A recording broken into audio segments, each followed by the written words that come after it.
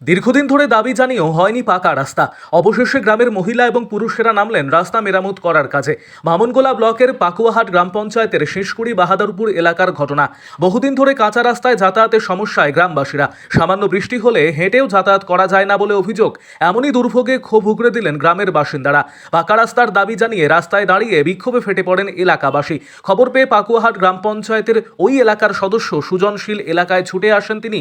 এলাকাবাসীকে বোঝানোর চেষ্টা করলেও তার কথা শুনতে নারাজ। যদিও এই গ্রাম পঞ্চায়েত তৃণমূল কংগ্রেসের অধীনে রয়েছে, এই বিষয়ে পঞ্চায়েত সদস্যকে সংবাদ মাধ্যমের প্রশ্নে ক্যামেরার সামনে কোনো উত্তর দিতে চাননি। শেষকুড়ি বাহাদুরপুরের বাসিন্দাদের অভিযোগ করে বলেন, প্রায় 40 বছর ধরে প্রায় 3 কিলোমিটার এই কাঁচা রাস্তা দিয়ে চলাচল করতে হচ্ছে। নেতারা নির্বাচনের সময় আসে, রাস্তা হবে বলে প্রতিশ্রুতি দেবে যায়। ভোট হওয়ার পরে আর দেখা মেলে না নেতাদের। আমরা ছিটমহলের মতো পড়ে রয়েছি। অল্প বৃষ্টি হলেই কোনো রোগী নিয়ে যেতে গাড়ি বা অ্যাম্বুলেন্স এই রাস্তায় আসতে চায় না। তারা বলে গাড়ি নিয়ে যাওয়া যাবে না, রাস্তা খারাপ। সেই পরিস্থিতিতে রোগীকে কোলে করে বা সাইকেলে করে নিয়ে যেতে হয়।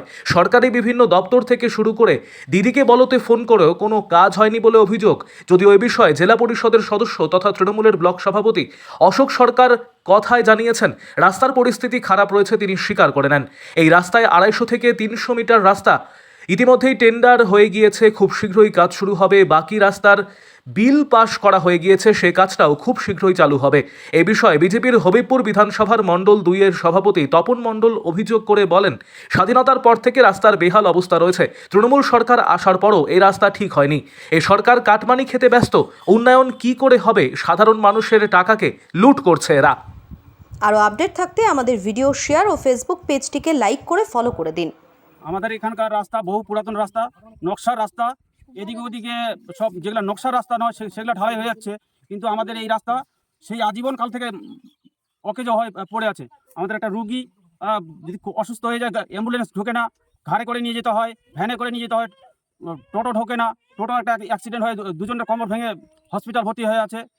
এখানে প্রাইমারি স্কুল আছে একটা, তারপরে আইসিডি দিয়ে আছে, তারা ঠিক মাস্টারমশাইরা ঠিক রকম আসতে পারে না এই রাস্তা খারাপের জন্য। আমাদের পাকুয়াগঞ্জের লাগোয়া রাস্তা তাও ঠিক হচ্ছে না। পঞ্চায়েত প্রধানকে বলে বলে আমরা বুড়ো হয়ে গেলাম। তারপরে আমি বিডিওকে জানিয়েছি, ফাঁড়ির আইসিকে জানিয়েছি, কোনো সুরা হচ্ছে না। ফোন করা আছে।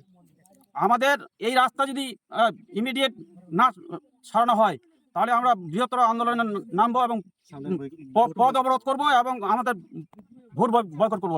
আমার রাস্তা খারাপ, খুব রাস্তা হচ্ছে না। অনেকদিন থাকা রাস্তা হয় না, কত কষ্ট হয় ডেলিভারি নিগাইতে। এমনি আমাদের এই বাচ্চা কাচ্চারা স্কুলে যাওয়া, তারপর প্রাইভেট কোথায় যায় তখন খুব অসুবিধা হয়। কাদা, গোটাই রাস্তা কাদা, টোটো উল্টে তারপরে দুজনা তেঁতুলমুলা যায় ভর্তি হয়ে আছে।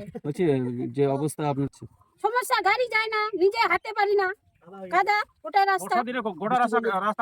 ঢুকছে না। হ্যাঁ, কালকে তো আমার মেয়েটা নিয়ে গেলাম, আমার মেয়ে ডেলিভারি আছে, হাঁটতে পারে না, সারা রাত ঘুমাইতে পারে না। এখানে একটা প্রাইমারি স্পেশালিস্ট আছে, যাবে না, বলছে যাবো না, রাস্তা খারাপ, যাওয়া যাবে না। কত কষ্ট করে কালকে নিয়ে গেলাম। পঞ্চায়েতের প্রধান বা মেম্বার পঞ্চায়েত তো শুনেই না, কই পঞ্চায়েত বলছে যে হবে, রাস্তা হয় না। 2-3 বছর পার হয়ে গেল, রাস্তাই হচ্ছে না। আমাদের প্রশাসনকে জানিয়েছেন? হ্যাঁ, ভিডিওকে জানিয়েছি। কি বলছে তারা বলছে হবে। হ্যাঁ, হবে হয় না, কিন্তু হচ্ছে না। এখন কি চাইছেন? এখন রাস্তা চাইছি। আমি বামনগোলা ব্লকের জেলা পরিষদ মেম্বার, মালদা জেলা 2 নম্বর আসনে। এবার জেলা পরিষদ মেম্বার হিসাবে দায়িত্ববার্তায় এবং দায়িত্ববার্তার সাথে সাথে মির্জাপুর যে রাস্তা 3 কিলোমিটার যে রাস্তার কথা বলছেন, সত্যি আমার জানা আছে রাস্তাটা খারাপ, কিন্তু এই রাস্তা জেলা পরিষদের মেম্বার হওয়ার পর প্রায় 250 থেকে 300 কিলোমিটার অলরেডি টেন্ডার হয়েছে। 250 থেকে 300 মিটার অলরেডি টেন্ডার হয়ে গেছে, হয়তো খুব তাড়াতাড়ি কাজ হবে। আর বাকি কাজটাও আমি ধরে ফেলেছি আমার BCWতে, মানে আদিবাসী উন্নয়ন তহবিল থেকে ধরা আছে। এবার হয়তো খুব তাড়াতাড়ি হবে। আমরা জেলা পরিষদে জিতার সবে মাত্র 2 বছর হলো, 2 বছর এখনো পূর্ণ হয়নি আমাদের। তাতেই বামনগোলা ব্লকে প্রায় 8 থেকে 10 কোটি টাকা কাজ করলাম। তো আমরা তো জেলা তহবিল থেকে করছি, একদিনে তো গোটা এলাকা কভার করতে পারবো না। আমার 1 নম্বর জেলা পরিষদ, 2 নম্বর জেলা পরিষদ নিয়ে বামনগোলা ব্লক, আমার 1 নম্বরও করতে হয়েছে, 2 নম্বরও করতে হয়েছে।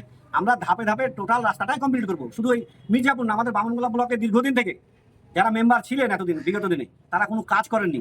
আমরা সেই অসমাপ্ত কাজগুলোকে আমরা এই জেলা পঞ্চায়েতের ভোট পাওয়ার পর আমরা অলরেডি ধাপে ধাপে শুরু করেছি। আগামীতে সবগুলো আমরা কভার করবো।